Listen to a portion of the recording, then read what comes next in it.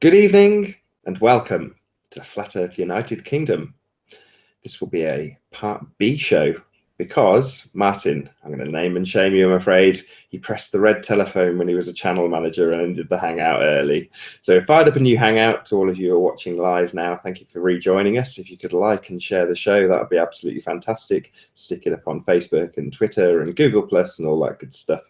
So we hopefully get a bit of our audience back. But I will do a quick introduction to hopefully all of the former guests who are here.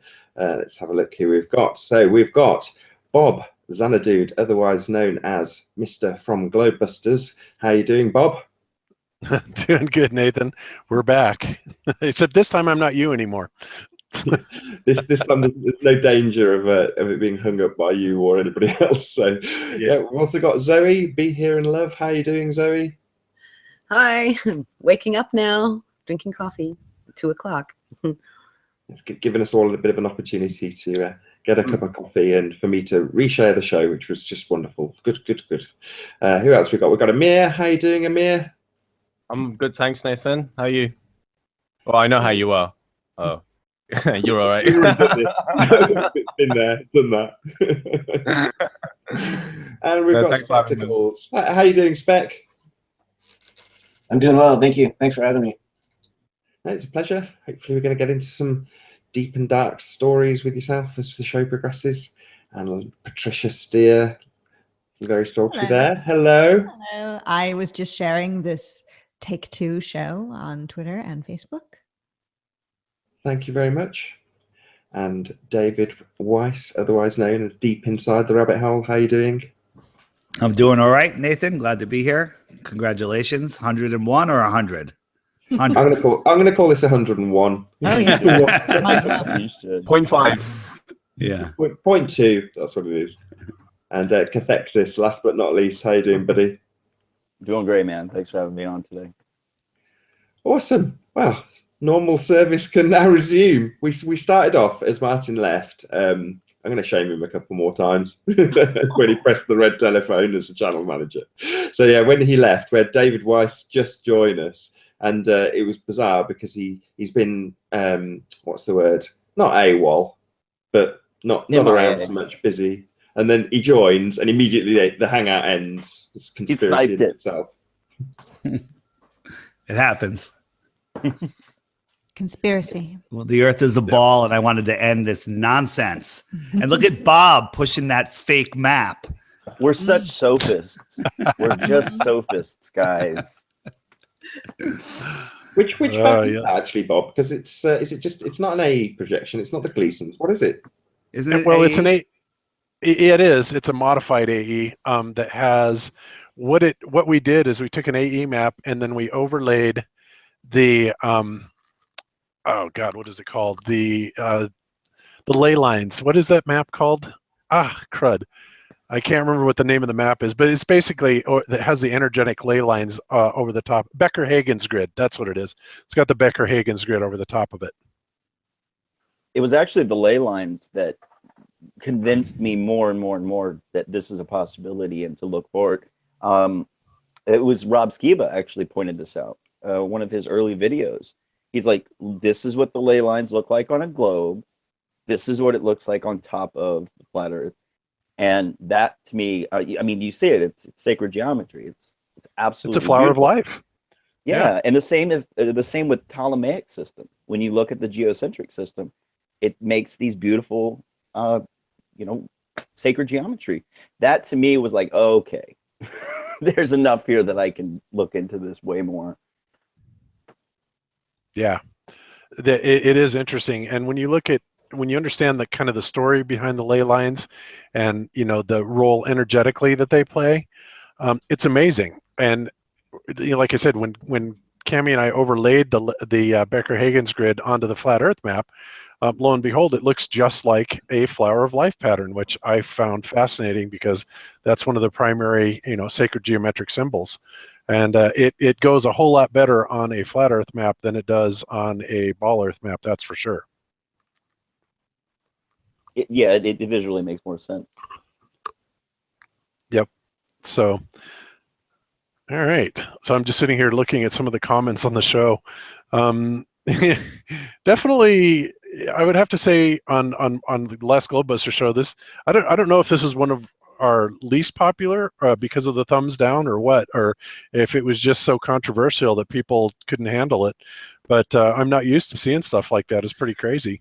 You know, there's a lot of people that are open to, you know, realize that we don't live on a spinning ball, but they haven't explored the antigen side of plant medicines, and they're still brainwashed about, you know, big pharma and, you know, what's legal and what's illegal. And they just, you know, I watched a lot of the comments and people are just like, you know, drugs are bad. You know, I've had enough of this, and they left. But then there was other people that are saying best show ever. Right. A lot of Yeah. people think that drugs, let's call it that, for sake of an argument, are the gateway to demons. And so I saw comments pertaining to that as well. So Yeah, and I knew that was going to happen to some degree, you know, talking about ayahuasca, because, you know, you see that whenever that seems to come up on a show, a lot of people are really against it, and drugs, and you're promoting something that you shouldn't be, and this has nothing to do with flat earth. And of course, typically on Globebusters, I like to keep it, you know, fairly technical and related to flat earth. But I honestly felt that this had a lot to do with understanding our reality, you know, whether it's flat globe or otherwise. And the whole ayahuasca, even though it played a lot more of a part in it than I would have liked it to, but then I guess I should have expected that with Chris and Cherie on, right? Mhm. Because I was kind of trying to keep it more to the technical side of what the scientists have discovered about the holographic reality, and it kind of took on a life of its own. And not that I, you know, didn't like that, but sometimes you just gotta go with where the show takes you, and it was definitely departed from where I had intended it to go. But you know, Well, I don't regret it, nevertheless. it is what it is. I mean, these substances are extremely powerful in changing people's perception of reality. I mean, I did a lot of LSD when I was much younger, talking about like 15 years ago, and it just completely altered the way I looked at the world in a very positive way. It helped shake the brainwashing in one way. You know, the way we get brainwashed as we're getting older, you do this and it gives you a totally different view.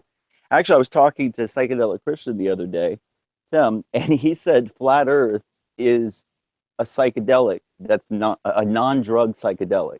Like as soon as you start exploring the idea, it does a similar thing. It alters your reality in a way that you can't come back from. You can't unsee this stuff. So I think that the conversation needed to be had. Every civilization has had access to these magical plants, so to speak, and you can see it in all of the culture's history that the shamans are really the driving force going forward for most civilizations. The witch doctors, the shamans, it was them who were exploring those realms and coming back and kind of pushing the civilization along. So there's a positive argument to be made about DMT, very positive. Yeah. I mean, Tim, People tend to- Psychedelic Christian, former guest, he was on the Jesuit show. He has got an exceptionally good point there, because you can't get much more reality changing. I mean, it's about as big a bigger change in my life as I can ever detail. You know, I've gone from flying through space to being at rest. You can't get a bigger difference than that. Look at all of us right now collected together. We probably would never have ever spoken if it were not for this. So Yeah. Oh, without definitely a I doubt. want to say people Yeah, tend to brings be free afraid of thinkers what they don't together. understand. Sorry. Yeah. Didn't mean to cut you off there. Yeah, I missed what you said. Amir, say that again, please. I was just saying that people tend to be afraid of things they don't understand, and so when you talk about them, the natural sort of reaction is to dismiss it in the most negative way. So I mean, it's normal, that kind of reaction. So, but it doesn't mean we have to be afraid of speaking about things that make other people afraid. So, because it's the only way we're going to figure out what's going on, and we can't do that by ignoring it because people get offended. You know, it's I agree, especially when it comes to, you know, people that are very, you know, I guess, dogmatically religious, you know, to some degree. And I'm not knocking religious people at all. I totally respect, their belief in the Bible and God, and of course I believe in God as well. But it just seems to me that a lot of these people will close down to ideas like this, mostly because they're interpreting that the Bible is warning them against it and telling them that it's some sort of dark energy. And, it can only be dark if you use it as such. I mean, if that is your intention with it. By simply trying to understand, I don't see anything dark in that. And I also don't see anything wrong with that, in trying to understand what is the occult, what is it that they're trying to hide or are hiding actively, and is it applicable to the real world, as we're perceiving it, and my life in it, and can it benefit me? And I don't think there's anything wrong with asking those questions. And I'm surprised sometimes, at the reaction that some people give, when they come back and talk about how blasphemous even talking about stuff like that is. It puzzles me. And like I said, I totally respect anybody's right to believe whatever they want, but I think that it's a bit hypocritical to come back and basically blast other people for wanting to explore stuff like that. And that's my biggest problem, I guess, with people like that. So yeah, this information. Sorry to interrupt you. It's with intent. Your intent is not nefarious, and that's all that really matters. I find that people. Oh, go on, Spec. I find that people get uncomfortable when they base a lot of their belief systems and thought processes on the external. And people that base their thought processes and belief systems on the internal are more open and less likely to be uncomfortable because they're more confident. Yeah, I mean, it really comes down to the reality filter in which you're using. I've been studying these occulted ideas, and trust me, they're hidden for a reason by these elites, because this was considered the ancient spiritual technologies that existed. And like you said, it's about intention. If you're intending to understand the best you can about what they're using against us, you have to be able to defend yourself against that. And these spiritual technologies exist. If you use them accordingly and appropriately for the right reasons, it's just up to the individual. So these symbols, all of the things that we see, oh no, Illuminati confirmed, like the eye in the pyramid, that's just the eye of Providence. It's not the eye of Lucifer. People have misrepresented it, and they've tainted these powerful symbols over the years, and they've occulted it even more and more. What they've done is they've applied spookism to it, where everybody's afraid. Most folks think occult means evil. Occult just means hidden. And I'll tell you what, if you are looking into flat Earth, you're studying the occult. It's just that simple. It is an occulted idea. So I think there's absolutely nothing wrong with looking into this stuff.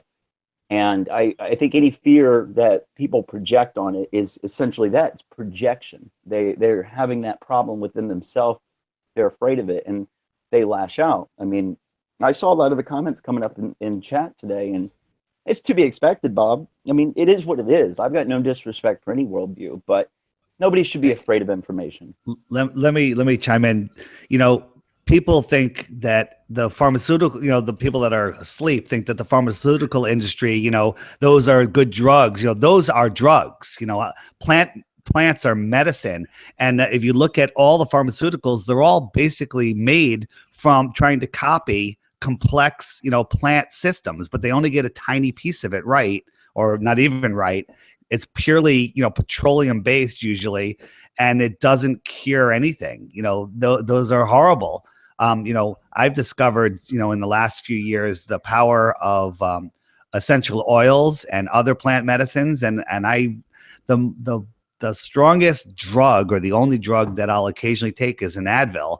And that's just because I'm lazy and life is pushing me, and I need an Advil or whatever. But most of the time I take an essential oil or something else, and I'm completely fine. Yeah, absolutely. And I totally get that too. And you're right, David, that the pharmaceutical companies, the drugs that we've been brainwashed into believing are good are probably the most toxic, unhealthy thing that we could ever put in our bodies. I had to kind of laugh at Jaron the other night because he and Missa apparently don't watch a lot of TV. And so after he got his sister's Comcast login, I guess one of the first ads they saw was for, you know, some medical product. And they were talking about the side effects, you know, being, diarrhea, hives, possible heart arrhythmia, you know, on and on and on and on and on. And he was just absolutely amazed and laughing at it.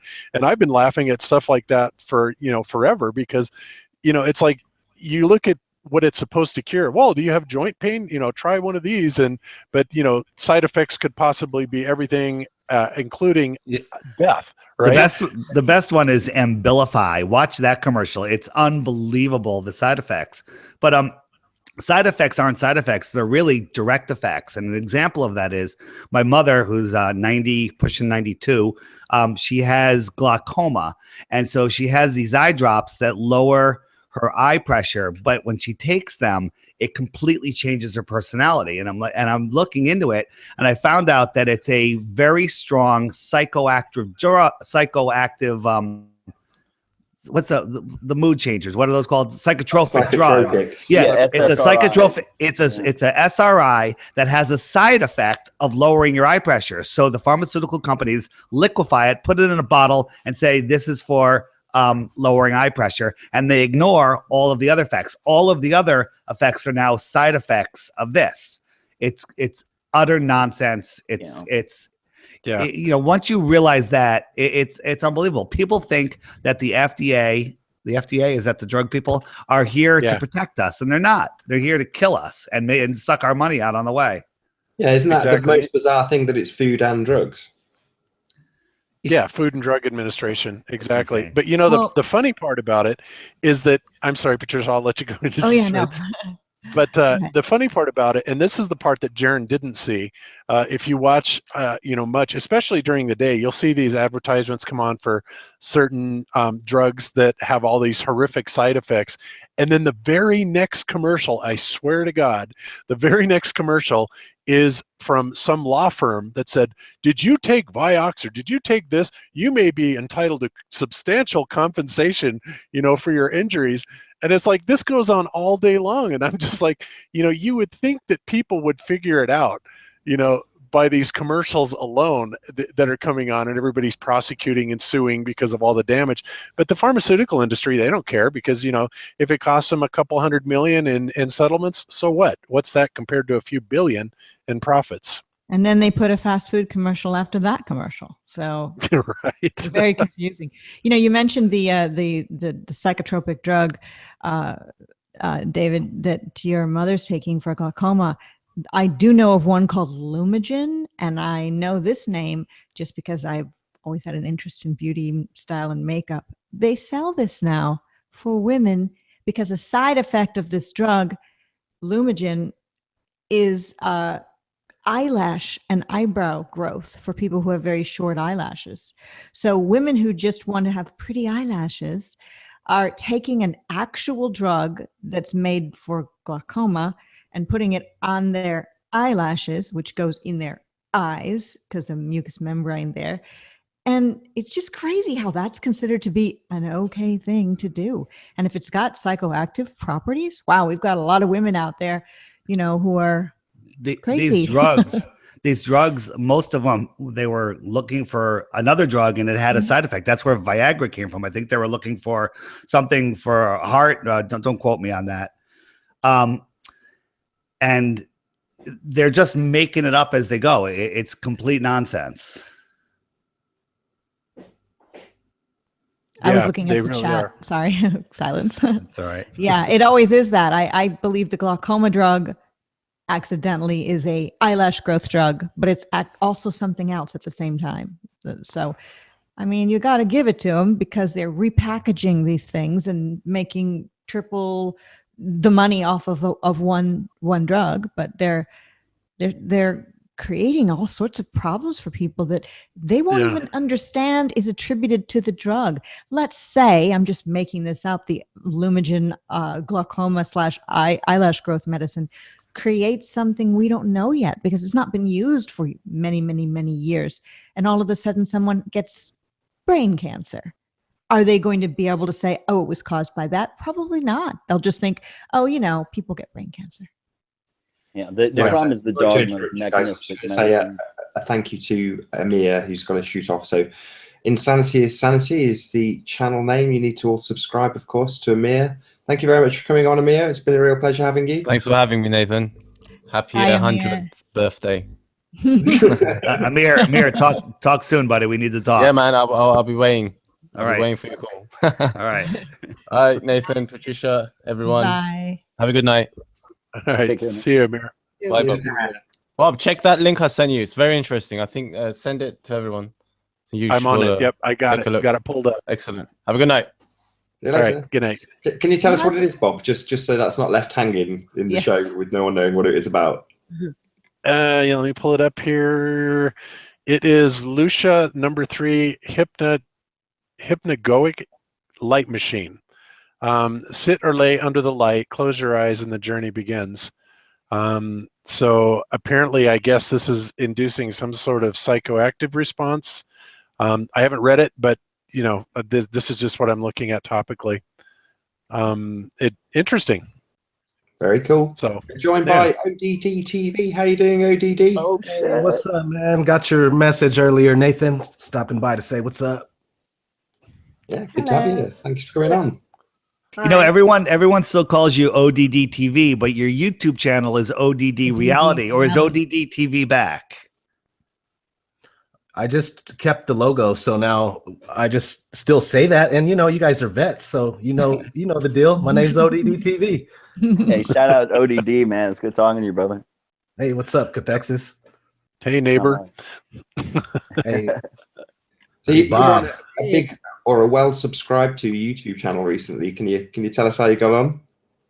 Say what? You're on a channel that's AMTV. Oh, dude, Richie from Boston set that up. If you guys are familiar with him, he touches on NASA sometimes, but he's my friend. He stopped by, met up with me, and I met him in person. He obviously came from Boston. So anyway, met him, and then he went back home. So now he hit me up on my cell. When I woke up, I was like, AMTV Christopher Green is looking for a flat earther to fill this morning's segment. And I was like, oh, yeah, tell him, yeah. So he gave him my phone number. And then Christopher Green called me a half hour before the show started. And then I was just waiting and then got on. But it was pretty short notice. You were prepared for pretty short notice. Yeah, I'm always prepared. You got to be now. Yeah. How was his response after the show? Did he speak candidly to you about it concerning the topic?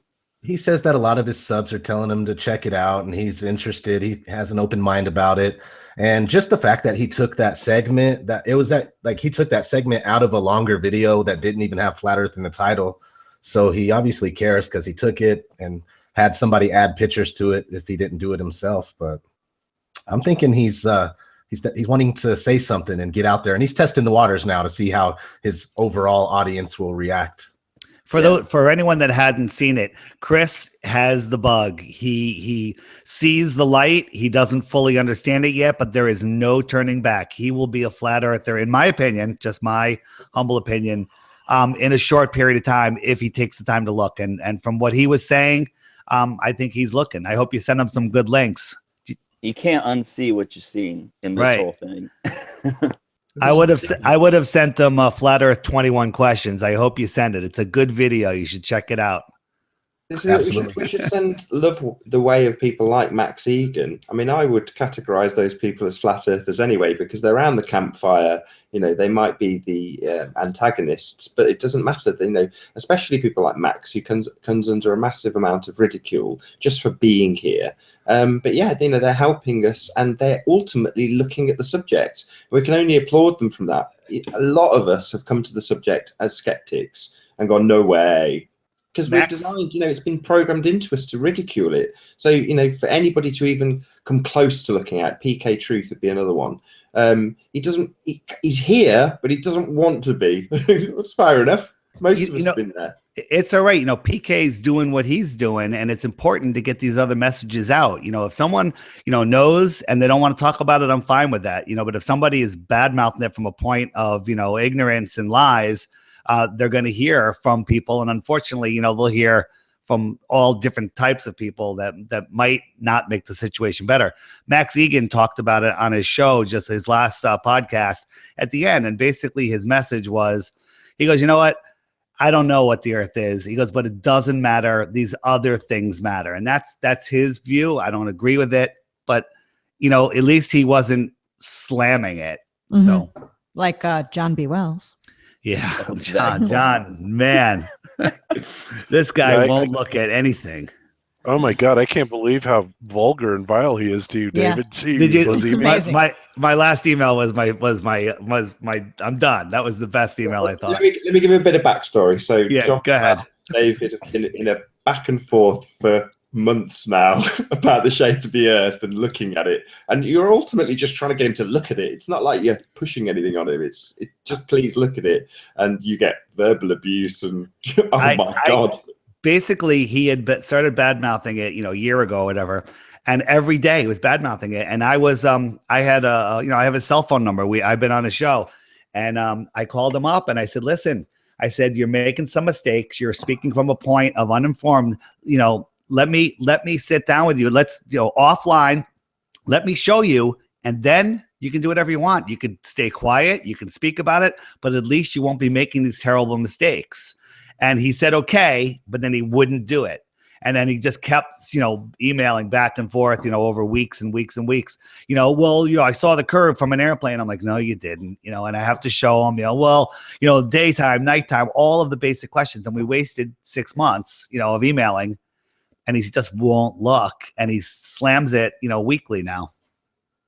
I'm sure ODD, weren't you somehow involved with John B. Wells? Didn't he look at one of your videos? Was that you? I'm sure it was you. No, that was Howard Stern the other day played ODD's video. Yes, it was. Yeah. Sorry, my mistake. ODD, yeah. Howard Stern. I mean, hey, you know. Damn. I couldn't believe it because I grew up watching that movie Private Parts, you know, and I always liked it. And I'm like, so to hear them, I heard Robin's voice laughing about Flat Earth. It just made, I was like, this is cool. At least they're talking about it, you know? So I want to just stick up for Howard Stern for a second. I think Howard Stern is the biggest distraction on the planet, keeping people from looking at the truth. But I was a fan for years. Love the humor. You know, it's funny. You know, he's doing what he's doing, but I don't think he is a knowing shill in any way, shape, or form. Flat Earth came up, and they just reacted like we all reacted when we first heard it. You know, oh, come on.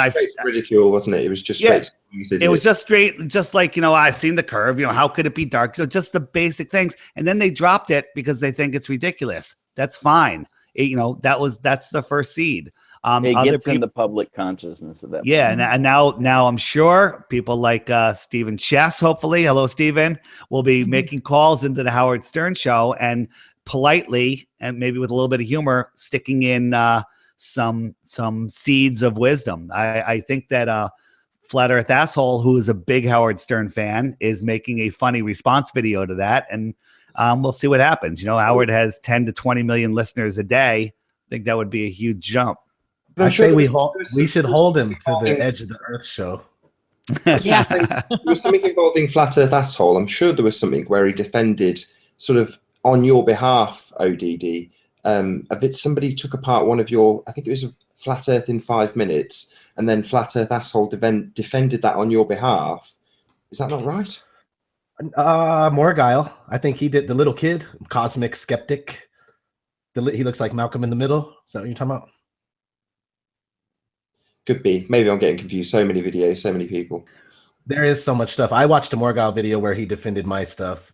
Flat Earth Asshole recently went against a guy, Voice of Reason, who he's taken my stuff and tried to take it apart before, but that's not the particular video, I don't think. Yeah, I like the Cool Hard Logic one that Flat Earth Asshole did. That was awesome. That was great. Nathan didn't like it. Nathan, throwing you under the bus. Nah, not saying anything, absconding to this conversation. That was the best one, man.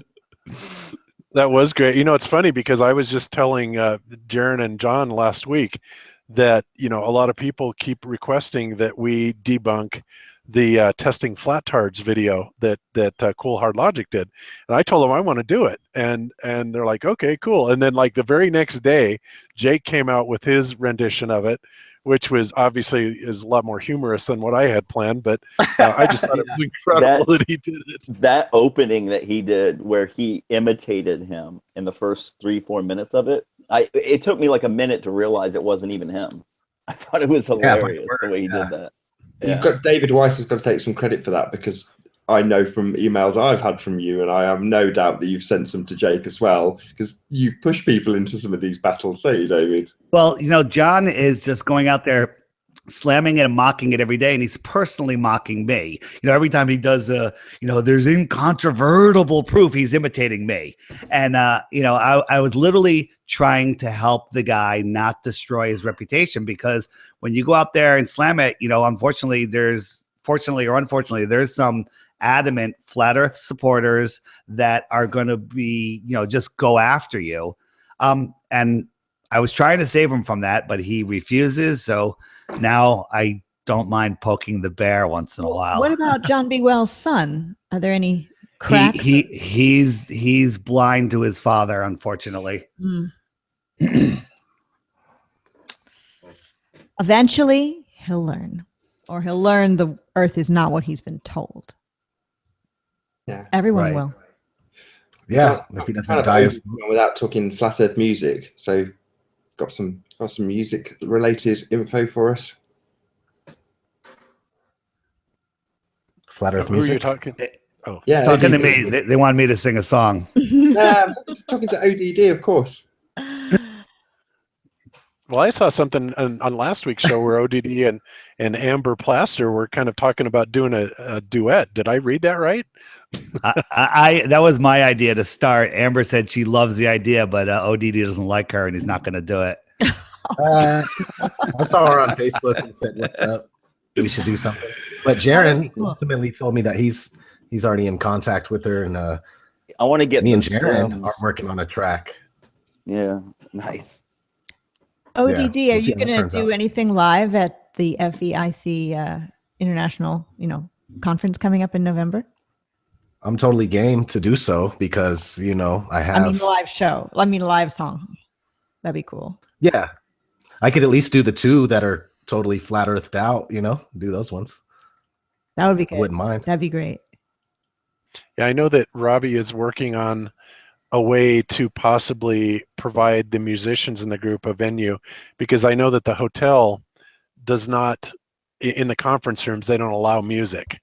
So Robbie, yeah, he's looking at other possibilities, and that's about all I can say about it, because that's all I know is that, I think a lot of people would love to hear like Amber Plaster, perform her songs, and ODD do some of his stuff too. And there's a lot of other people in the community too.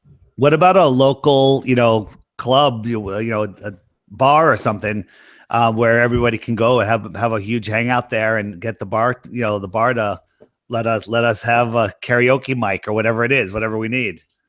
Yeah, it'd probably be their biggest take at the Be till. huge for a bar. It'd be huge. Yeah. Probably should sell that. Yep. We've got that on Discord at the moment. I know it's a lot more private, and in fact, it's not at all private unless somebody's actually broadcasting it, as happened the other day. But Zoe's on there singing, and because of the way that Discord's set up, there's very little latency, so you can actually have people interacting musically in time, which might sound like a revelation to people in the audience, like, so what? But given that even this now we've got a certain amount of delay, there's no way you can really do music. But on Discord, I don't know, Zoe, maybe you can attest to this. Yeah, I better say something today. I've been so quiet. Yeah, it's great. It's same time and no glitches, and it's great, and great ambiance in there. Great people. And tell us more. Who's been? I know you've been singing in there, but just tell us a bit about it. Yikke and Tone and Isa and. Well, I mean, anybody who comes in there, like Fiona, she'll sing along, and Gav will sing along, and it's not only strictly musicians. It's just like a really nice gathering place where you can talk on one channel, or you can talk and sing and play music on another, and yeah, it's the most popular bit. I mean, ODD, Amber Plaster. I hope there's many, many more, because it's a much more effective way of communicating information to people. It just, even if you don't listen, some of the information sinks in whether you like it or not, and I like that. Mm-hmm. Yeah, it's using programming in some way, but to our benefit. Yeah, mixing music with truth. It's important that we all have our outlets and still our art forms that have to do with the stuff that we think about on a daily basis, you know? Yeah, I totally agree. You know what I think would be cool is kind of seeing the fusion. I mean, I've always liked, you know, fusion types of music. Like, you know, I kind of grew up a metalhead, but I really also liked, you know, some classical music and even some opera. And like one of my favorite groups currently is called Nightwish, where they mix this is a fusion of kind of heavy metal with opera singing. And it's like, wow, it's fabulous. So I kind of envision, you know, Amber doing this sweet melodic piece, and then ODD cutting in with this rap piece that kind of goes along with it. I mean, I think that would be just so cool to see something like that. I think so too. I know what you're talking about too. Nightwish, they make epic, like 20-minute or even half-hour music videos to go with their albums. It's pretty crazy. Yeah. Nightwish is definitely one of my favorite all-time bands, without a doubt, especially when they had Tara Turunen as their lead singer, who is absolutely opera quality.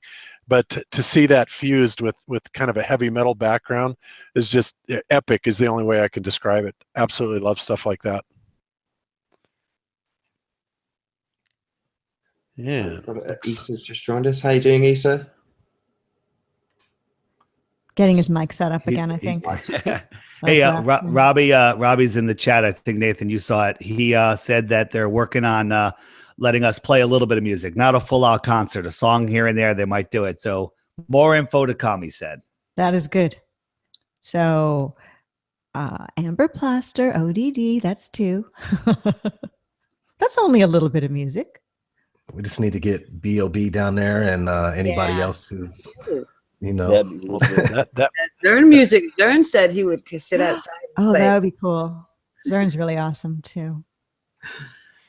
He made a good Flat Earth Hero. Yeah. ODD, didn't you just do something with was it D. Lee's? Yeah, I did.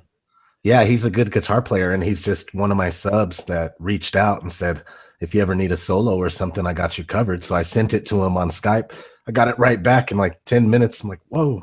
And it was absolutely amazing. It's going to be the first song that I've ever had with a live guitar that I didn't make synthetically with my program. So I'm really excited. That is cool. Yeah, that is awesome. I guess Darren is quite the guitar player. So oh yeah, that's good to hear. That's his icon on YouTube, I believe, his guitar, or one of his guitars. Yeah, his guitar is definitely his icon. So, but yeah, I mean, we've got a lot of musicians in the Flat Earth community, and I think it was kind of funny that day, Patricia, you were trying to name all the musicians. Impossible. You were kind of drawing a blank there. Yeah, well, I mean, I named like 15, but then when the show was over, I thought, oh no, and this person, and that person, and this other person, and then you feel like you left people out. And so on my next show, I named some more people. But then when that show was over, I still left some people out. So yeah, you can't cover everyone. And then are you going to include B.O.B.? He's not in our community right now, but he is sort of in our community, right? I think Mark has a pretty good index of all of the Flat Earth songs. Isn't he keeping it? Yeah, Patricia? He has a Flat Earth playlist, definitely. If we got all of those songs and put them together and then brought them to a nightclub where everyone's going to hang out and had them play that as their soundtrack for the evening, anybody that goes into that bar is just going to have their mind blown. Or the drink tab will go right up. People will be like, I need a drink after hearing that. My world's not what I thought. Yeah. That'd be cool. Yeah, is the Flat Earth community big on drinking, would you say? I mean, hanging out, eating food, having some juices. Yeah, we're smokers. We're smokers. They're more stoners. Yep. There's Yeah, everything. that's the truth. There's people who drink. I mean, I know John LeBon is not a flat earther, but he sits around our campfire, as Nathan Oakley puts it, and he did a entire show. Let's just say tipsy today. That was pretty fun. So Yeah, he looked kind of ripped on that. I had the sound down because I was kind of watching it before we started the show, and it's like he was all pie-eyed and stuff. I was like, whoa, what is going on with him? I was just saying Yeah, tipsy. he was I could actually stand his accent today. I was like, oh my God. I was like, I can handle you for more than a minute. Yeah. As much as we say about people like Eric Debay on the previous bit of this show, we were saying about him going on beyond the imaginary curve and how that humanized him. But the same applies to everybody here, including not here, but everybody in this around this campfire.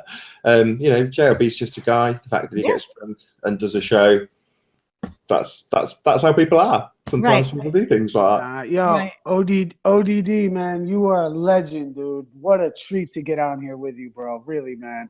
Your video, The True World, like, that's some of the most explosive material we've got on deck, bro. Thank you so much, man. Oh man, I really appreciate the support, man, and the kind words. So nice to meet you, man. Yeah, dude, nice to finally meet you too, bro. I know I've been out here talking shit about everybody, but dude, you're a legend, man, and I just, enough respect to you, brother. Hey, I appreciate it, and I'm not trying to be that. I'm not trying to be idolized, but I do appreciate my work being recognized. All I'm trying to do is get people on board with the truth, Yo, dude, I look at it. We got pressure points in this game, man, and like you're one of the biggest pressure points, bro. Like I point people to you. Like if anyone needs to check it, and you put it really well in your other interview. You keep to that scientific level that is like I think digestible for this atheist clique, and it's down to earth enough for the hip hop community knows something's up with this subject, I think, and I think when you have a sound approach and your mathematics and all that kind of terminology is on point. It's like, it's a real treat, man. I love pushing your stuff, bro. When somebody is talking to a ball earther that is just like got the initial questions about flat earth and they're truly interested, okay, show me something. What's your go-to video? Because mine is 21 questions, ODD flat earth 21 questions. Because that one, if anyone sits through that 44 minutes or whatever it is, they're done. If you listen to all of that, there's no turning back. Well, flat earth in 5 minutes. That's a shorter one, right? But if you True World, man, True World, flat earth. That's the boss. That's the boss film. I guess there's a few of them. I guess there's a few. Oh, that's the one, dude. Thanks. Yeah, without a doubt, ODD makes the best 101 videos ever. Right. I mean, for anybody that's coming into it. For real, though. And I don't mean that to be demeaning either. I mean, it is very difficult to get the basic concept. Yeah, that's what you are. I think you guys are amazing doing the advanced stuff, and I don't want too many people to jump in and just land on all sorts of advanced stuff where they'll turn right around because they don't get what's going on. So I've repackaged pretty much the same information in a wide variety of ways for people to take whatever one they want. And I try to do some without cussing. You know how I am. So I try to do some without cussing. But all in all, that's what I'm here for. The 101s, man, to try to help people get to where they could go over to Globebusters and listen to you guys at Flat Earth and Other Hot Potatoes and Mark Sargent's Mailbag and understand what they're getting into there, Yeah, we all play a role. As much as you might not want to hear it, I'm really glad Issa has come on and given you the kind of love that he has, because as a host, you kind of do want to do it as well. You want to say, wow, this is cool. Got ODD on. This is, really exciting, which it is. But you are, to me and to Issa and to a lot of people in the Flat Earth community, you are a celebrity. And you might not like hearing that, but tough. That's how it is. Yep. You got to accept that legend status, kid. Yeah, man, you're a legend out here, man. Appreciate it. Just a normal dude here with you guys, man. And I've decided this is why I'm cool with Patricia and Mark, because I jumped the gun and I used to believe everything Eric Dubay said. Because he taught me the earth was flat the best, I was like, okay, this guy, I'm going to listen and pretty much take his word. Whoever he says is a shill, I'm going to believe that. But then I finally made it to my own egoless place where this flat earth has brought me. And I decided I'm not going to follow anybody but my own self. And I'm going to have every single one of you flat earthers backs out there from now on. And even Eric Dubay and everybody, I got all of your backs. If you're a flat earther, if you're a truth seeker, but it's hard to just generalize that because there's many truth seekers that absolutely hate the flat earth. So I do say that I'm passionate about flat earth, and we need to get it together to where we're all on the same page and quit trying to fight. But again, Yeah, if somebody's a truth seeker and they hate the flat earth, you got to just take a breath, because I was that person. I was a truth seeker and I hated it. For 6 months, I hated it. And I was slamming people, banning people. And then somebody, I forget who, made me look. And that was the end. You got grief off Adam Dwyer, who's he's almost become the thing that he hates, because he's gone chasing after people who are trolling flat earthers, trying to get the flat earth truth out, according to his story. And one of the people he says he did that to and just got banned, which enraged him, was you. So he says, I was telling David Weiss about flat earth and he ignored me, and that enraged him. And we've kind of said it earlier when we're talking about people being around the flat earth campfire, your James Pandas, your Charles flat earth maths. These people aren't here to be ridiculed. Like Eric Dubay, they're just people. They're not extraordinary. Now, that's not to say that they haven't or may have had some sort of affiliation or some sort of contact with somebody nefarious at some stage.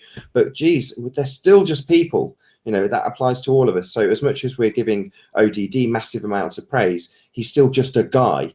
That's not to be disrespectful in any way to him, but in the same way, we're all having this journey of self-discovery, and we can't really demean anybody who is paranoid about the people around them when you figure out the world's not exactly as you thought it was. I mean, geez, here we've gone from spinning through space to being on a flat plane. It's a massive, massive change. So you got to give people a break. Paranoia. You kind of got to give them a break. You know what I mean? It's like they're going through a lot out here. I mean, like if you're looking into any of this stuff, I mean, this is why I think of it like, as I've said, like anyone that is new to the truth-seeking community, flat earth sounds utterly preposterous. But once you get deep in it and you realize all roads lead to flat earth, essentially, because it's like the biggest buster opener of the whole thing. But I don't think a lot of people are ready for it. Did anyone hear Amir's interview with Dennis McKenna? No. Yes, I'm halfway through. Yeah, I did. Yeah, so at the end, by the way, I didn't write that question in. Amir put that in because he wanted to ask Dennis about flat Earth. But Dennis was the greatest response ever. He's like, what? I thought that was settled. And he's like, well, no, there's some evidence out there. And he's like, can you send me something? I want to see it. He was totally open, nice. And he was sending him some stuff. And I don't know what he sent him. I hope he sent him some good stuff. But Amir was like playing it down, but the guy just kept asking more questions, and he was excited to look into it. And he wasn't set in his ways. It was good, probably from all the DMT he's done. The McKennas, they know how to take in new ideas. That's for sure. Yeah, he's like, he just said, I thought that was settled, and he's like, what can you show me that's going to change my mind? And it was like, wow, I wish other people could be like that. You love when you hear that. Hey, for any ball earthers out there, or I don't want to call you a ball earther because that sounds negative to me. To a normal person, I guess it sounds normal. A lot of people say, I have this idea. There's this one thing, sunsets, whatever it is, that is in my mind is impossible on a flat earth. So what they say is the earth is a ball because of this one thing, and you guys are idiots. But instead, the way to ask the question is, hey, I got this thing that I think is impossible on the flat earth. Can you enlighten me? And then listen, right? Because there, all of those things that I thought were impossible to explain away, the explanation explained away my previous belief. And, that's what we have to do. Like if I come across something that I think is it, I'll ask somebody else, I don't see a way around this. Can you show me? And half the time or all the time, people show me a way around it. Yeah. Am I allowed to ask you about a controversial subject, David, or is this a light-hearted show? Put it in the chat first. Let me ask a question. Cathexis and Issa, how the hell do you guys do what you do with those guys late night? I flipped on the friggin' channel and I'm listening to this utter nonsense. And how do you guys do that? Listen, man, what you got to do is you got to contain them. You got to get them in one little spot and beat them down with your arguments, and so they don't go around trolling other people. That's pretty much it. Yeah, like that's something a lot of people don't consider what FreeChan was doing. Yeah, I mean, FreeChan was a containment unit. Tell them what it is. Yeah, it was a containment unit from the beginning. We saw like Negator and Jim Panda and Zysis and Requiem for a Dream. All these guys were getting to the Flat Earth videos immediately and posting like these long copy and paste nonsense, trying to convince people that it's stupid to even look into it. I was so pissed off about it. We created FreeChan and invited them there.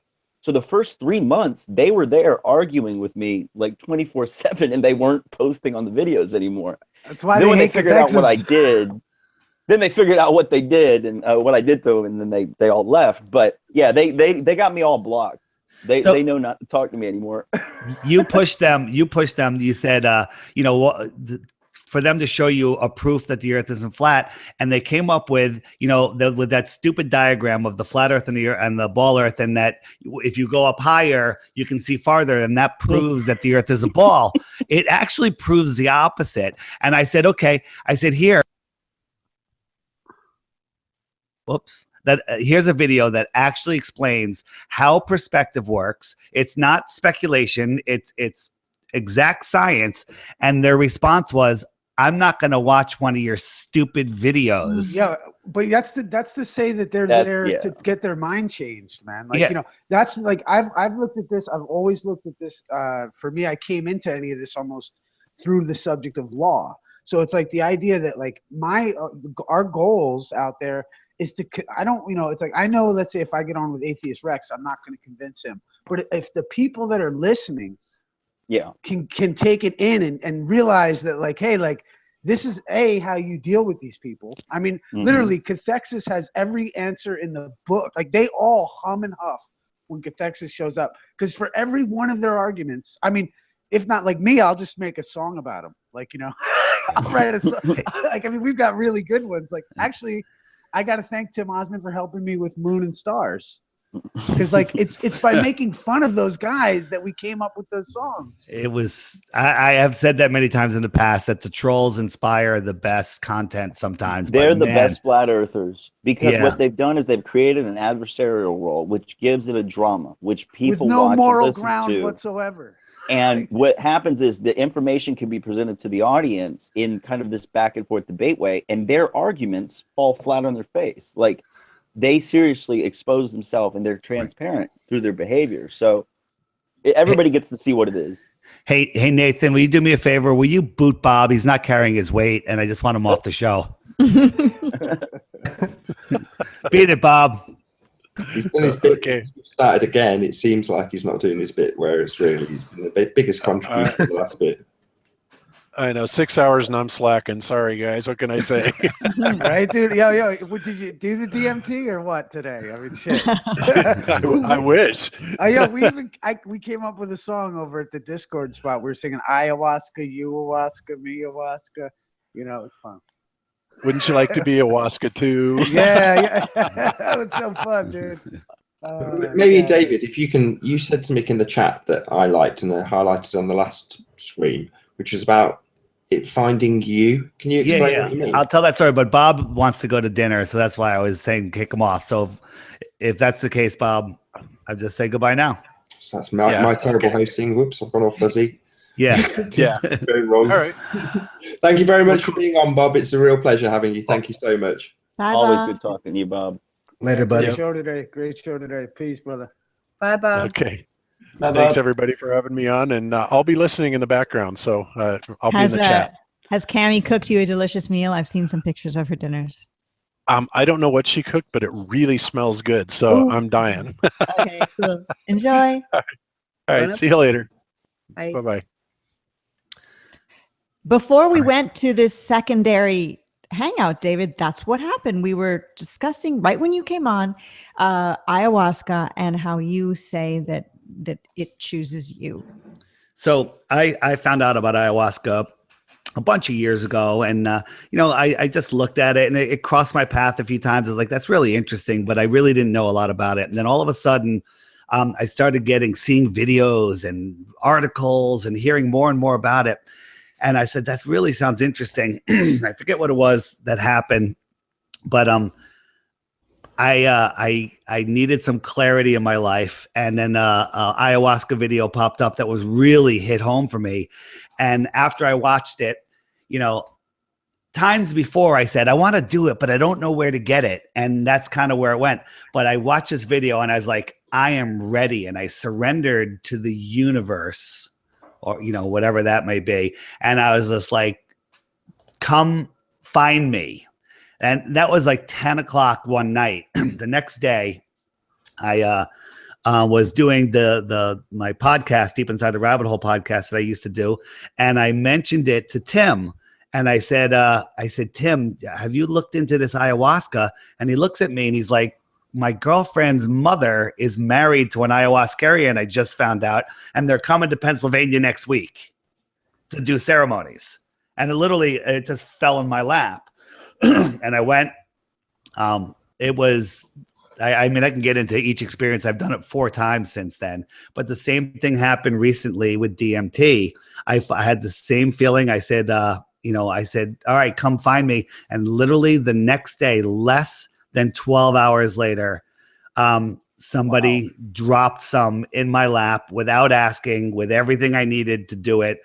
And just in my lap. That's it, for free. Wow. Well, Yeah. so when you did this, because I know there's several preparations, several ways, and several different types. I mean, was this the combination of the root with your first ceremony? Was it a combination of the MAOI inhibitor and whatnot? Right. It was the ayahuasca tea, the brew. But I don't recommend that anybody does ayahuasca without guidance of a well-trained shaman. DMT, 10 minutes, you're into the astral plane and you're back like you never did it before. And the only difference vaporize it. Yeah. The only difference is you had this experience that you now have to process. And that's a completely different experience. But it was the whole tea. And I didn't, the first 3 times I didn't have any purge. I was petrified of that. I'm like, oh my God, it's just the worst. But you prepare for it. I juice fasted for 5 days going into it. Twice I did that. And the experience is different every time. And I can tell you, it's like, a lot of people, I think, Cathexis, you're in this batch where you're not saying the earth is flat 100%, but the only thing that you are saying is that it's not a spinning ball. Am I correct in saying that? Pretty sure it's not a heliocentric universe. Okay. And I lean towards it being flat. Yeah. So with the ayahuasca, whatever you expect is going to happen, that's the only thing that's not going to happen. And then you have no idea what's going to happen. How long did it last when you did the brew? So we started at sunset. We have a little ceremony. We do some meditation. So that's like 7 o'clock p.m. Then we drink the first thing around 8 o'clock or so, a little before 8 o'clock, probably 7:30. And then you have about an hour later, you have some more, and you go to probably 2-3 o'clock in the morning before you come out of the medicine. Oh, wow. Wow. Yeah. And it is a journey where anything could happen. And you're not immobilized, are you, during that time? No, you can get up and go to the bathroom if you need to. I only had to go into the bathroom the last time where I vomited, purged. But that was such an experience that I wouldn't have traded it in for anything. Wow. But you're sitting still, you're meditating. The first half, you're definitely sitting up is best in meditation. And then you can lay down on your side or on the back for the rest. And it's a whole ceremony with where they're singing, the ayahuascarians are singing a song to the mother. And they kind of go into the astral plane with you and guide you through. And they tell you if you're having a hard time, like if something is going on and, you know, that you can't deal with, just listen for their song, and their song will guide you through. And I had to do that a couple times, and it was I wouldn't trade it in for anything. I mean, good. I was just going to ask, was there a potential during the process of where you felt possibly uncomfortable that it could have easily fallen into a dark place? So what happened to me the fourth time I did it, if that had happened the first time, I never would have done it again. Okay. It was literally like the Blair Witch Project. And but the ayahuascarians saw what was happening. I was in the fetal position for probably 4 hours, and they were moving the spirits around, so I was more comfortable. But after experiencing it, it's exactly what I needed, and I couldn't have asked for a better experience. But it was slightly terrifying. But the one thing is, when you go into it, you need to know that fear is an illusion. And even if it's terrifying, you got to let it go and go with it, because that's why you have to be with a trained shaman, and trust them that there's nothing to be afraid of. And because he was there, like if I was alone doing that, forget it. I'd be in a mental ward right now. Well, it's the same with really most hallucinogens. I mean, I did a lot of LSD and psilocybin when I was much younger. And, with you're by yourself on LSD, it's a potential of falling into one of those dark places usually, because you're dealing with ego fracturing, ego death, these type of like inner introspection situations. But honestly, LSD and mushrooms are nothing compared to DMT. I've been, looking into it for years. And like I've been saying for 3 years now, DMT will find me.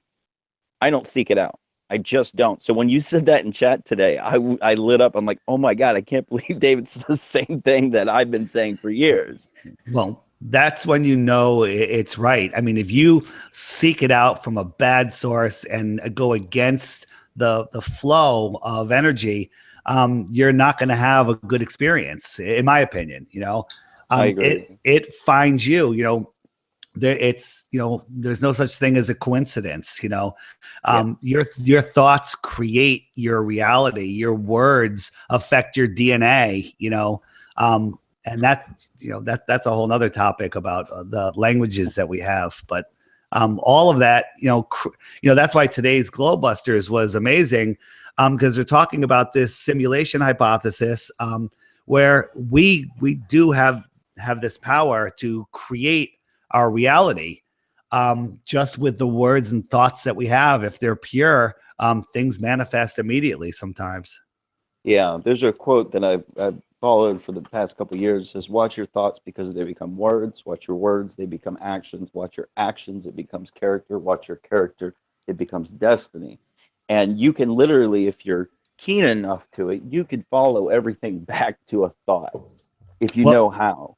Everything was a thought, Yeah. There's nothing that's created that wasn't a thought first. Every house, every car, a tree, your garden, your planet, it's a thought first, Yeah. ODD, you're making a song, you're thinking about it, you're gathering all the information, you're doing all the stuff, and then all of a sudden there it is, when it originally was just an idea, and now it's a physical thing. It's the same for everything. Robbie D, he had an idea, him and Brian, and now it's becoming a thing, and it's still being created by all of the thought that's going into it. Thoughts create things. Good point. Choose your thoughts well. Did you all know that somebody in Germany has had a pretty good thought and put together a website? And this website's got so many great flat earth videos on it. The kind of videos you'd send to somebody if you needed a response because they're coming against you and saying, no, you're crazy. The earth is a ball and I can prove it. You can find all this stuff, and it's stoplookthink.com. Nathan, you should put this in the description box of this video. It's a really excellent site, and it's out of Germany. Who knew? Stoplookthink.com. So. Drop that in the info box, no problem. Yeah, I appreciate you sharing that information with us, David. I mean, it's very personal. So, Yeah. You know what? I'm not ashamed of it. I literally, you know, if everyone in the world did ayahuasca this weekend, we'd have no problems on Monday. I've been saying that for a long time. If every politician had to do a dozen ceremonies before they took office, there would be no corruption. Yeah. They wouldn't take office, probably. Yeah, that's true. I'm gonna warm David up for a bit more of a controversial subject. There's loads of things you've said there that I'd normally, if it was just you on the show, I wouldn't leave any of them hanging out there. But I'll pick one just to warm you up for the next topic. So you said fear is just an illusion, right? I mean, that's a pretty big statement to just leave hanging out there. So what do you mean? You know, fear, you know, I think Roosevelt made the comment, you know, nothing to fear except fear itself. And that is true. Fear is a low vibration. It's the opposite of love. And when you lower your vibration into fear, you lose all of your power. And when you're in fear, you ask other people to come save you, the government, you know, I'm afraid, you know, take my rights away and protect me. And what does fear do? Let's say, Nathan, that there is somebody trying to break in your house right now. You have two choices. You can react in fear, or you can react with a sound, rational mind, do the best thing, you know, and fear does no good for anybody ever. You know, if it gets your adrenaline going so you can run away from a lion, I don't call that fear. I call that get running away from the lion, because it's a smart thing to do. And if you didn't waste that energy in fear, you might even be able to run a little faster. Yeah, I mean, I kind of agree and kind of disagree, because part of what we talked about was subliminal messaging, and we talked about the AE map being put in. And whenever you work on people in a subliminal way, especially with advertising, they use death and sex to work on that sort of primeval part of your brain. And especially when it comes to death, that's solely based on, you know, scaring you into the inevitable that you're going to die in order to sell you something. So it's a hard thing to process, but I kind of agree with what you're saying, because that's what they're utilizing. But that is an illusion. They're lying to us about death. I mean, people don't know what death is. Of course, we all want to live as long as possible, but they've limited our lives. One of the ways they've limited our lifespan is with our language. Our language is weaponized to kill us. The words that we speak, you know, we don't know how to use this language. I'm going to use that as a segue, right? So that's going to be my segue, words and the language that we use. Because if we're talking language, we can also, you know, read between the lines, talk in code, write messages on email that might mean something else. Was that a question? Was that a question? That was my ham-handed way. No, that was an invitation, David. That was an invitation. Wait a minute. You know what? Say it again. Say it again. I got honestly got distracted. Say it again. That was a ham-handed way to get us into the subject of Pizzagate. All right. What about it?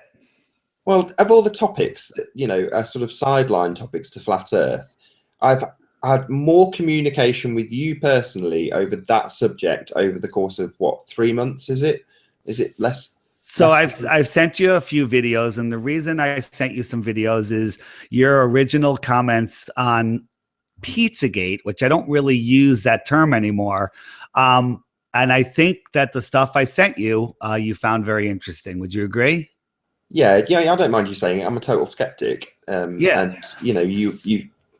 So Pizzagate is I wouldn't even call it the tip of the iceberg. You know, I think they came up with that term to try to limit everyone's focus to this one pizzeria where they can manipulate the information that's coming out. But it's really satanic ritual, child abuse, to put it lightly. It's far worse than that is. And it's rampant throughout the world, and it's extremely rampant throughout the elite. You know, in all countries, I think, not just here. Why do people, this is something I've been using against these ballers, is the idea that, look, this notion of the metaphysical ball comes from a gay Greek cult that practiced, I think it's called pedestry, where they would take in, like Aristotle, all of these Greek philosophers that these guys point to as the founders of heliocentrism were most likely abused by their elders, their teachers. And then we find ourselves in this world that is still sticking to this metaphysical ball because of Hermes Trismegistus. And, you know, and it's like we're leaving out their religion. Their religion entailed this whole thing and spinning balls and taking it in kids to teach. Like, you know, this is a sick cult that we're looking at. And it's like, I'm disturbed at every angle of it. I mean, when I look at the legal side of it, it just blows my mind. That's why I don't shut up about it, you know? But it's disgusting. It's a broad way to put it, but I mean, it is definitely heliocentrism. Heliocentrism is definitely based off of Hermeticism, where Hermes Trismegistus was put into the center of the system. Copernicus called the sun the visible god. Now, all these men, they were from the cult of Pythagoras. That's essentially the roots of Hermeticism and a lot of these other mystery schools. And there's all these different variations. But all of these guys that modern science calls, you know, the giants, you know, Newton and Kepler and all these, they were all within those same secret societies. And, you know, the heliocentric model was just their way of creating mathematically prescribed sun worship. And it was just one facet of their religion. And that's what it is. It's a space religion. And they fought free thought at every turn. This. They fought free thought at every turn. They fought the ability of the gentleman who made something, Henry Harrison or something. He made the clock that allowed for us to decide longitude. And they actively fought against him. He had to go to the crown outside of the parameters of the competition because Newton and those guys wouldn't let his entry into the equation. And it is what we use today to figure out longitude. These gentlemen have fought the free thought of mankind, you know, in an attempt to control it ever since. I think when we look at issues like this Pizzagate stuff, we got to remember, look, this metaphysical concept came from this gay cult from Greece. That's what it is. There's no getting around it. It's like, you know, saying that, like, I've been thrown in their face about plane trigonometry. It's like, that's how we figured out latitude, guys. Pardon me if I'm rambling.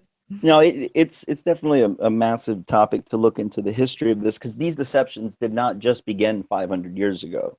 It was, I mean, the ball was never instituted until 1543, essentially. It was thought about, it was postulated by, you know, and they do take it back to Pythagoras and Eratosthenes. But these guys are myths in their own right. You go and do the research on them, you're going to find that it's just a pieced together story. So, but there is this consistency among the secret society that has been pushing this idea for a very long time. And they've been fighting anything that has gone against it.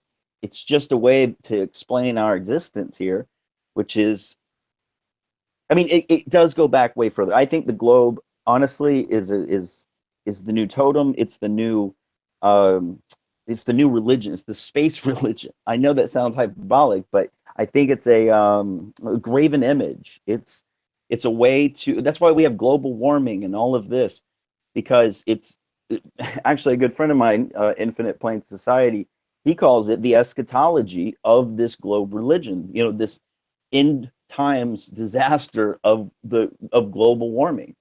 That's the way that they're portraying it for their religion. So I can see it that way. When you talk about the important, that one link you sent me about the way that they know cosmology go hand in glove. Oh, absolutely. So, yeah, if you talk about that's the thing. If you control a population's cosmology, you will control their axioms. You will then control their behavior. So it's quite clear through history that whatever the cosmology was dictated the type of philosophy that the culture had. So when it's heliocentric, you've taken the earth out of the importance and you've pushed the idea of God to the edges of infinity, as Nietzsche said. And then you have a bunch of Jesuits giving you the Big Bang cosmology, which is the materialist's answer for the existence. It's a creation story where matter is their God, essentially. So they've done it to neutralize spirituality. It's a perfect philosophy for a slave population. And David, you're right. They've weaponized our language against us. I'm so glad you said that. I've been saying that for a while now. And it keeping us living in explain- fear. We were talking about doing different drugs, and Hunter S. Thompson said, "Fear Doing different is just plant another." medicine. Well, plant medicine, yes. I'm just saying when people call it drugs, but fear is just another word for ignorance. So they're keeping us in fear, and that's a good quote from Hunter S. Thompson, who was known to do plant medicines, let's say, and so people will discount things he said and did. But what World D puts it, false evidence appearing as real, like appearing real. It's like and honestly, like I look at it in light of, let's say, because I'm of the opinion that we could discharge the national debt if we understood what money was like tomorrow. And like and that only comes through your own value of yourself. You have to say, like, as I've said before, like, if in this legal system, you have to believe that you're a son of Adam, a daughter of Eve, if you will, and you have been given dominion over the earth. And if you act appropriately, you can execute. Like, I love telling the story about how the one Queen Elizabeth, I think, made the Queen the most powerful piece on the chessboard. She looked at the game and she saw them playing, and she said, "Do you mean to tell me that the Queen is the least powerful piece on the board?" That's all she had to say. And they changed it. Now the Queen is the most powerful fucking piece on the board but what she understood was the fact that she just had to say, "Excuse me, do you mean to tell me that the Queen is the weakest?" Like, if we understood the value in that, do you mean to tell me I'm not a child of Adam? And this is something where if we understood their paradigm, these words that have been weaponized against us become tools in our belt. Same way with the symbols. We take control of them. Forgive me, but it's like we're saying, "Excuse me, you mean to say I'm an unimportant nothing? I come from a big bang?" We're doing the same thing. Right. Exactly. And we're doing it everywhere. I do it. Like, I used to go into Starbucks and be like, "Hey, could I have a free cup of coffee because you're bombing Palestinians? Hi." Like, I just for the fun of it, Let's see where their heads are at. They say grande or venti. You're right. That's me. I don't know. I made the joke about the globe not having a point, as a joke, but I find it interesting that they decided it to be a globe because it doesn't have an end. It's like they want us to be lost in questioning. There's a circle, at least it has a plane, it has a definite end, but the globe only doesn't have an end to it. It's like the infinity sign. So we're always constantly stuck in this circular argument. That's why also if you look into the Romans and the Greeks, they always, and this is something interesting, always had the place for dialogue. You know what I mean? Like, you always had the Senate, as they called it. It's where the wise men would get together. And like, when you're dealing with like a group of, that's why I think flat earth is actually a Masonic secret that we've been like, is getting rolled out somehow. I don't know why they like it or, whatever it is, but I think it's one of their secrets. Yeah, but if it had a definite end to it, then we could just, package this up and put it on the top shelf and move on to, better things. Right, but that's where that's why I say, like, they tell you it's out of chaos, they get order. Out of that chaos of the conversation, they can come in and dominate it. Like Snacks pointed out with flat earth debates and stuff like that. Like, what they would do is dominate the conversation with hate. It's like, "Oh, you want freedom of speech? Okay, well, freedom of speech means that we're going to clamor in and destroy your opportunity to make a sound point and use freedom of speech to do it." But they've got to actually drum that up in the people in the first place. And for me, that's how you have subliminal programming for flat earth put into the media. Because if you don't have any flat earth, if it's totally unknown to people, you have the reaction we talked about earlier with Amir, and wow, give me more information about that. That's fascinating. That's an unusual reaction. The general reaction is you've been pre-programmed to ridicule it. So you need to have it out there. You need to talk about it a little bit. That's why you have Neil deGrasse Tyson saying, well, we used to think it was flat, or from our perspective, we see it all as flat. But the cave dwellers actually think that way. I think they're dealing with a reality that in 20 years, the kids today are going to look at moon footage and go bullshit right away. We're just already because doing that.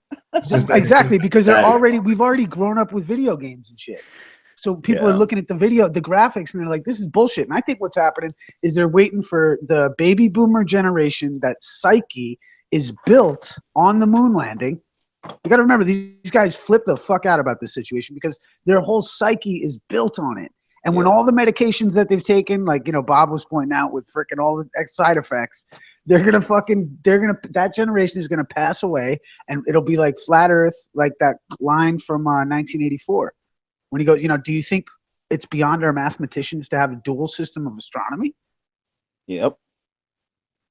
In terms of the general public perception of flat Earth, it seems to be failing. That pre-programming of people to ridicule, there seems to be a bit more, people. And this is what those guys like Tim are fighting.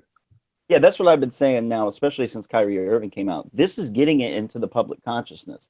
A year ago, if I mentioned the words, I'd give somebody an aneurysm. But now it's like a little joke or meme, or they kind of heard of it. And that's all it takes, though. The fact that listen, once you get that question rattling around in your head, doesn't matter how much cognitive dissonance you're going to have. Take a look at these trolls who have been here for 2 years fighting it. That's active cognitive dissonance. These guys can't handle it rattling around in their head. How can I find out if this is true? How can I prove it? And they can't prove it to themselves, hence why they're here still after 2 years. So it'll motivate somebody to go out and find out what the truth of the matter is. And the more you look into it, the more doubt in the globe you have, if you're honest with yourself. We've got 3 people on the panel. We've got ODD, DITRH, and Flat Earth and Other Hot Potatoes, who all have very popular channels, or not very popular, but popular in the YouTube definition. You're getting comments all day long. I mean, maybe if we can start with you, ODD, have your comments changed? Are you getting more people coming to you going, wow, this is amazing information? I know you've done videos on like mean tweets, the horrible comments, but do you think there's any positive change happening? Oh, he said he'd be right back, so he may not even return the question. A question for ODD when he returns, maybe. Maybe if we can start with you, Patricia. I have noticed a change in comments. Now, my channel isn't the channel somebody's going to be coming to for finding out answers like DITRH or ODD. It's more of a community channel where people get to meet their fellow flat earthers and discussions similar to this kind of discussion, actually. But it's not the facts and the sort of thing that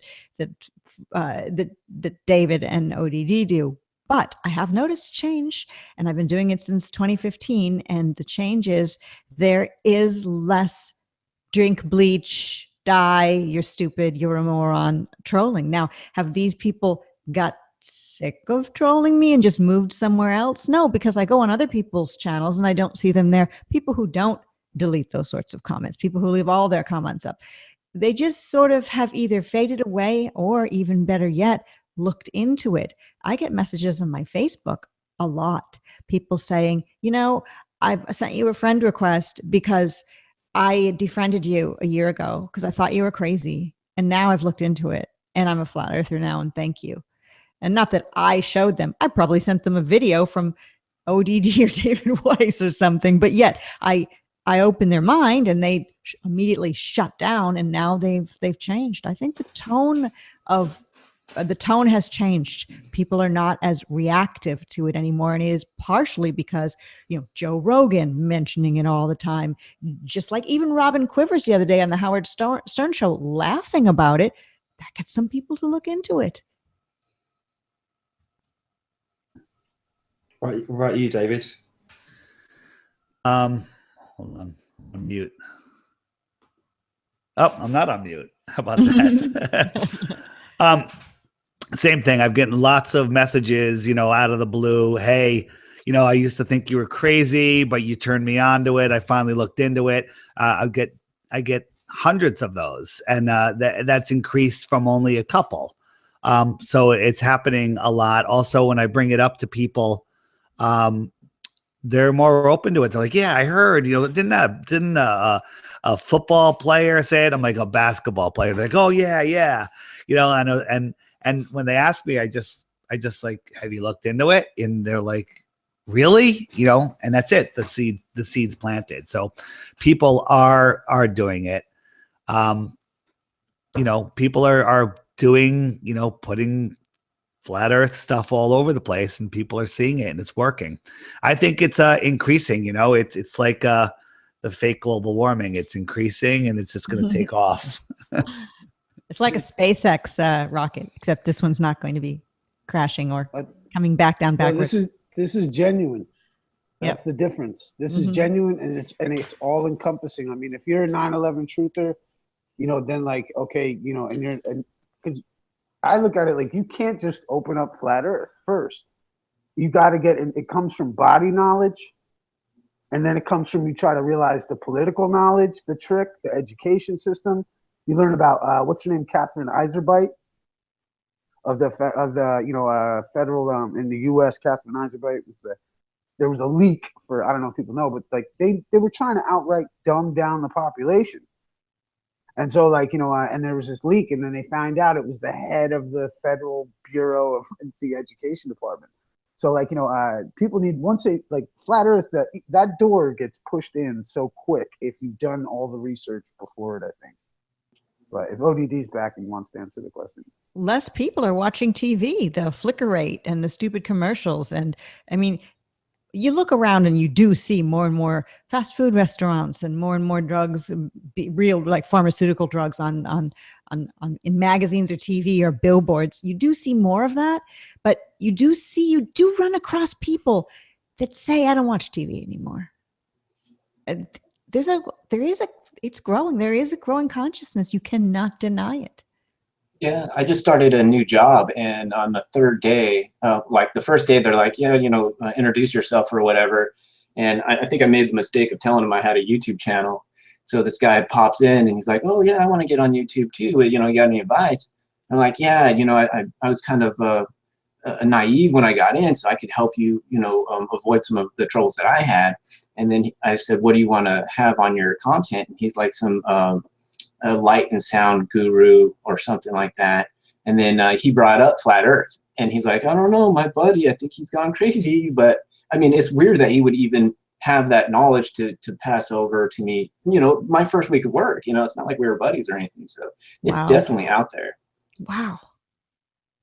That's so cool. I'm just going to repeat my question for ODD. Are you back, ODD? Nope. No, he's gone again. I'll wait till he comes back. I thought I saw him come back, but I don't think it was him sitting in the chair. I'm not sure. He is brilliant. So yeah, my question before you... Oh, it's not. Hello. Hi. Hi. Hello, who are you? How are you doing? Welcome. I'm Matt's girlfriend. He wanted me to sit here for a second. All right. Oh, that's girlfriend. So what do you think about Flat Earth and all the things that Matt does and his music and everything? Well, I'm really proud of him for his music. He works really hard on it. And he tells me a lot about the Flat Earth stuff. And I mean, I don't really know that much about it personally because I don't research it a lot. But everything that he tells me makes sense. And I listen to the things that he tells me, and he has pretty good knowledge about it. So what's your biggest objection? What's your biggest reason that the earth wouldn't be flat?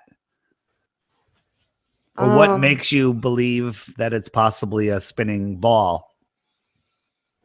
I guess just because that's what I've been told my whole life. That's really it, I guess. Fair enough. Fair enough. See, that is the problem. They teach you all the way through school. We are trusting people. We trust other people, and that's how they get away with this.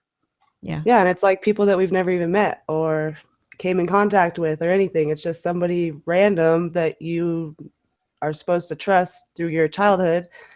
They just tell you these things, and you're supposed to believe them, and it works sometimes. Yeah, true. I mean, our parents, it's not really their fault either. They put us in these schools, and they with the intention for us to get a great education. You know, they didn't know we were going to be lied to, and they didn't know they lied to us. They just did what their teachers taught them. So well, yeah, that's what's crazy. Yeah. That's what's crazy when you start learning about how they did us with this financial system. Like, it's crazy. crazy. It's just they did us and they took it away, and our grandparents don't know. And like, you know, and then you look at the fact that they had world wars, decimated the populations that would have known. You know, like it's so sad to think that, like, you know, we as the people have given our credit. the interest on the national debt is owed to us. We think it's owed to China for some reason. Like, you know, we've moved ourselves so far from where we could be. Forgive me, it's something. Well, bye. Nice talking to you guys for a minute. Here's Matt. Forgive me, love. I didn't mean to cut you off either.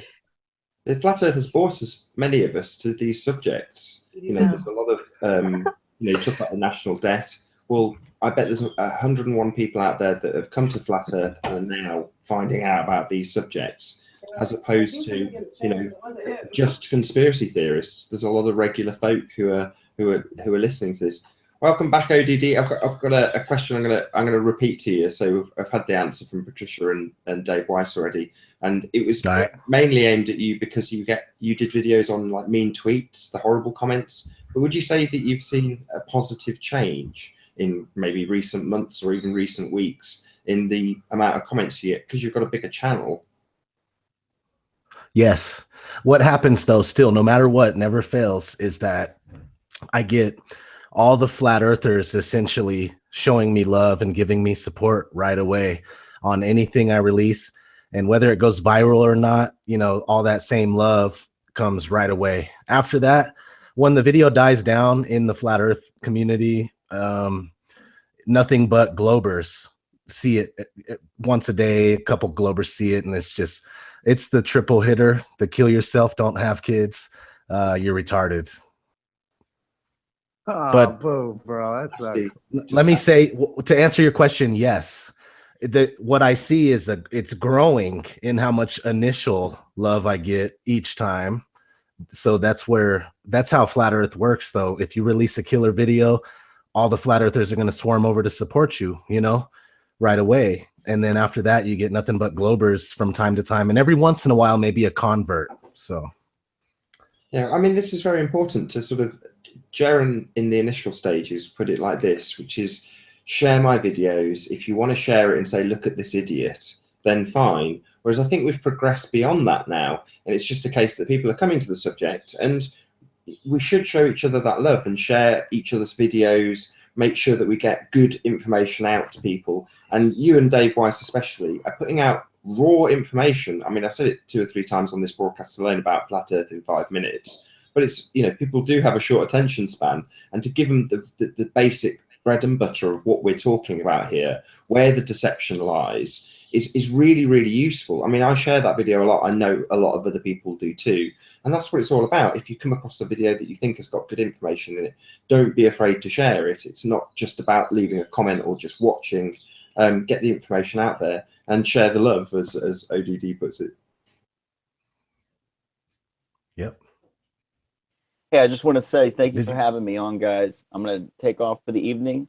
It was really great to talk to everybody. And ODD, seriously, get at me, man. I'd love to talk to you about some music and whatnot. I've got a couple of people we're working on a couple projects right now. So, David, it was great talking to you. Patricia, Nathan, thank you very much. Issa. Later, dude.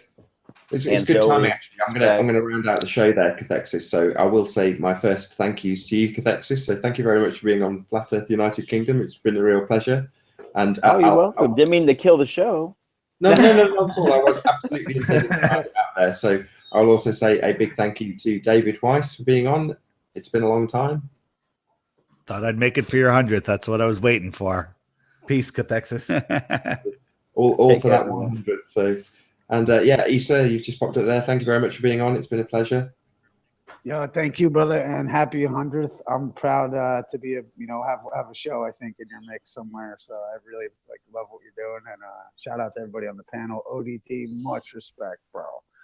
And thank you. Yeah, bro, and yeah, thank you, man. Patricia, respect. Zoe, you looking beautiful too over there, and Nathan, you're the shit. Keep it up.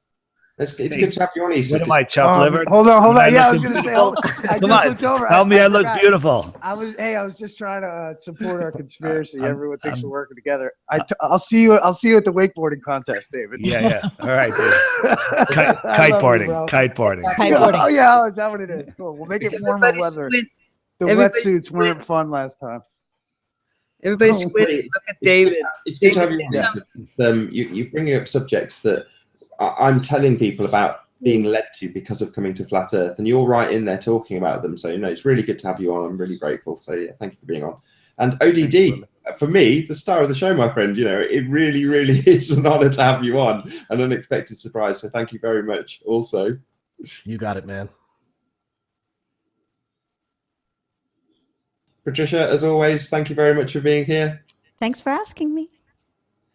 Spec, my last guest, really not always at Gav, I forget. So thanks also for being on. It's been a pleasure too. Thank you. It's an honor really to be associated with you folks. So thank you. And last but not least, Zoe, be here and love. How are you doing? You've not said a great deal, but it's been an absolute pleasure. But I've had great fun. But yeah, I've been pretty quiet. I've enjoyed it. Thank you for inviting me. It's been a real pleasure. Congratulations. Thank you very much.